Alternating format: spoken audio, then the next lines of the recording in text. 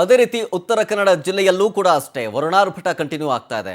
So next 4 days ಜಿಲ್ಲೆಯಲ್ಲಿ red alert ಘೋಷಣೆಯಾಗಿರುತ್ತೆ. ಇನ್ನು 4 ದಿನ ಮಳೆಯಲ್ಲಿ ಹಿಂಗೆ ಮಳೆ ಸುರಿಯುತ್ತೆ ಅಂತ ಹೇಳಿ ಹವಾಮಾನ ಇಲಾಖೆ ಮುನ್ಸೂಚನೆಯ ಮೇರೆಗೆ ರೆಡ್ ಅಲರ್ಟ್ ಅನ್ನ ಉತ್ತರ ಕನ್ನಡ ಜಿಲ್ಲೆಯಲ್ಲಿ ಘೋಷಣೆ ಮಾಡಲಾಗಿದೆ. ಜೊತೆಗೆ ಭಾರೀ ಗಾಳಿ ಬೀಸುತ್ತೆ ಮಳೆಯ ಜೊತೆಗೆ ಅನ್ನುವಂಥ ಎಚ್ಚರಿಕೆಯನ್ನು ಹವಾಮಾನ ಇಲಾಖೆ ಕೊಡ್ತಾ ಇದೆ.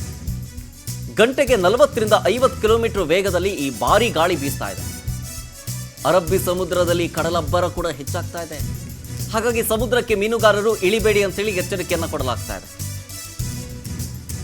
ಉಡುಪಿ, ಮಂಗಳೂರು ಜೊತೆಗೆ ಉತ್ತರ ಕನ್ನಡ ಹಾಗೆ ಗೋವಾ ಆ ಭಾಗದಲ್ಲಿ ವಾಯುಭಾರ ಕುಸಿತ ಉಂಟಾಗಿದೆ. ಅಂದರೆ ಅರಬ್ಬಿ ಸಮುದ್ರದಲ್ಲಿ ವಾಯುಭಾರ ಕುಸಿತ ಉಂಟಾಗಿ ಕಡಲಬ್ಬರ ಕೂಡ ಜೋರಾಗಿದೆ. ಹಾಗಾಗಿ ಮೀನುಗಾರರು ಸಮುದ್ರಕ್ಕೆ ಇಳಿಯಬೇಡಿ ಅನ್ನುವಂಥ ಸೂಚನೆಯನ್ನು ಕೂಡ ಕೊಡಲಾಗ್ತಾ ಇದೆ.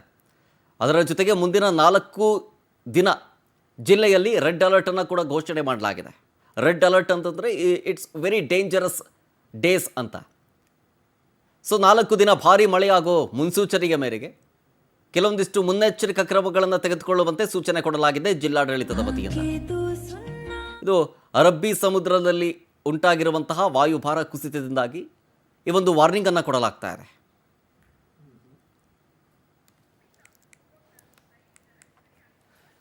ಡೀಟೇಲ್ಸ್ ಕೊಡ್ತಾರೆ ಇದ್ರ ಬಗ್ಗೆ ನಮ್ಮ ಪ್ರತಿನಿಧಿ ಸುಷ್ಮಿತಾ ಪೂಜಾರಿ ಲೈವ್ನಲ್ಲಿದ್ದಾರೆ. ಸುಷ್ಮಿತಾ, ಮುಂದಿನ 3-4 ದಿನಗಳ ಕಾಲ ನಿರ್ಣಾಯಕ ಪಾತ್ರ ವಹಿಸುತ್ತೆ. ಯಾಕೆಂದರೆ ಭಾರೀ ಮಳೆಯಾಗುತ್ತೆ ಅನ್ನುವಂಥ ಮುನ್ಸೂಚನೆಯನ್ನು ಹವಾಮಾನ ಇಲಾಖೆ ಕೊಡ್ತಾ ಇರೋದು. ರೆಡ್ ಅಲರ್ಟನ್ನು ಯಾವ್ಯಾವ ಜಿಲ್ಲೆಗೆ ಘೋಷಣೆ ಮಾಡಲಾಗಿದೆ, ಜೊತೆಗೆ ಮುನ್ನೆಚ್ಚರಿಕಾ ಕ್ರಮಗಳಿಗೆ ಏನೇನು ತೆಗೆದುಕೊಳ್ಳಲಾಗ್ತಾ ಇದೆ ಅಂತ? ಯಶರತ್, ಪೂರ್ವ ಅರಬ್ಬಿ ಸಮುದ್ರ ಹಾಗೆ ಗೋವಾ ಕರಾವಳಿಯಲ್ಲಿ ವಾಯುಭಾರ ಕುಸಿತ ಆಗಿರೋದ್ರಿಂದ ರಾಜ್ಯದ ಹಲವೆಡೆ ಇನ್ನು ಮೇ 28ರವರೆಗೂ ಕೂಡ ಭಾರಿ ಮಳೆ ಆಗುವಂತಹ ಸಾಧ್ಯತೆ ಇದೆ. ಅದರಲ್ಲೂ ಕೂಡ ಪ್ರಮುಖವಾಗಿ ದಕ್ಷಿಣ ಕನ್ನಡ, ಉಡುಪಿ ಹಾಗೆ ಉತ್ತರ ಕನ್ನಡ ಈ 3 ಜಿಲ್ಲೆಗಳಿಗೂ ಕೂಡ ರೆಡ್ ಅಲರ್ಟ್ ಅನ್ನ ಘೋಷಣೆ ಮಾಡಿರುವಂಥದ್ದು.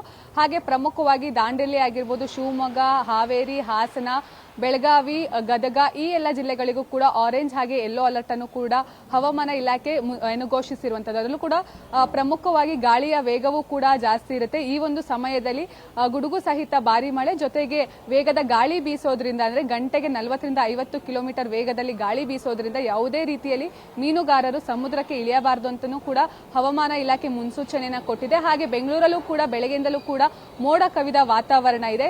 ಈ ಒಂದು ಬೆಂಗಳೂರು ಆಗಿರ್ಬೋದು, ಮೈಸೂರು, ಮಂಡ್ಯ ಈ ಎಲ್ಲ ಭಾಗದಲ್ಲೂ ಕೂಡ ಇನ್ನು ಮುಂದಿನ 3-4 ದಿನಗಳ ಕಾಲ ಮಳೆ ಆಗುವಂತಹ ಸಾಧ್ಯತೆ ಇದೆ. ಅದರಲ್ಲೂ ಕೂಡ ನಮ್ಮ ಬೆಂಗಳೂರಲ್ಲಿ ಯೆಲ್ಲೋ ಅಲರ್ಟ್ ಅನ್ನು ಕೂಡ ಹವಾಮಾನ ಇಲಾಖೆ ಮುನ್ಸೂಚನೆಯನ್ನು ಕೊಟ್ಟಿರುವಂಥದ್ದು. ಹೀಗಾಗಿ ನಮ್ಮ ಗ್ರೇಟರ್ ಬೆಂಗಳೂರು ಅಥಾರಿಟಿ ಏನಿದೆ ಅವು ಕೂಡ ಕೆಲವೊಂದಿಷ್ಟು ಮುಂಜಾಗ್ರತಾ ಕ್ರಮಗಳನ್ನ ಕೈಗೊಳ್ಳಬೇಕಾಗುತ್ತೆ. ಈಗ ಆಲ್ರೆಡಿ ಪೂರ್ವ ಮುಂಗಾರಿನ ಅಬ್ಬರ ಜೋರಾಗಿರೋದ್ರಿಂದ ಬೆಂಗಳೂರಿನ ಬಹುತೇಕ ಮನೆಗಳಿಗೂ ಕೂಡ ನೀರು ನುಗ್ತಾ ಇದೆ. ಹೀಗಾಗಿ ಗ್ರೇಟರ್ ಬೆಂಗಳೂರು ಅಥಾರಿಟಿ ಕೆಲವೊಂದಿಷ್ಟು ಮುನ್ನೆಚ್ಚರಿಕೆ ಕ್ರಮಗಳನ್ನು ಕೂಡ ವಹಿಸಿಕೊಳ್ಬೇಕಾಗುತ್ತೆ. ಅದ್ರ ಜೊತೆಗೆ ದಕ್ಷಿಣ ಕನ್ನಡ, ಉಡುಪಿ, ಉತ್ತರ ಕನ್ನಡ ಈ 3 ಜಿಲ್ಲೆಯ ನಿವಾಸಿಗಳಿರ್ತಾರೆ ಅವ್ರು ಯಾರೂ ಕೂಡ ಮನೆಯಿಂದ ಹೊರ ಬರಬೇಡಿ ಅಂತ ಹೇಳಿ ಸೂಚಿಸಿರುವಂಥದ್ದು. ಹಾಗೆ ಪ್ರಮುಖವಾಗಿ ಅಲ್ಲಿ ಮೀನುಗಾರಿಕೆ ಮೂಲ ಕಸುಬು ಆಗಿರೋದ್ರಿಂದ ಮೀನುಗಾರರು ಯಾವುದೇ ರೀತಿ ಸಮುದ್ರಕ್ಕೆ ಇಳಿಯಬಾರದಂತ ಹೇಳಿ ಈಗ ಮುನ್ನೆಚ್ಚರಿಕೆ ಕ್ರಮವನ್ನು ಕೂಡ ಕೊಟ್ಟಿರುವಂಥದ್ದು. ಶರತ್, ಓಕೆ, ಥ್ಯಾಂಕ್ ಯು ಸುಷ್ಮಿತಾ ಡೀಟೇಲ್ಸ್ಗಾಗಿ.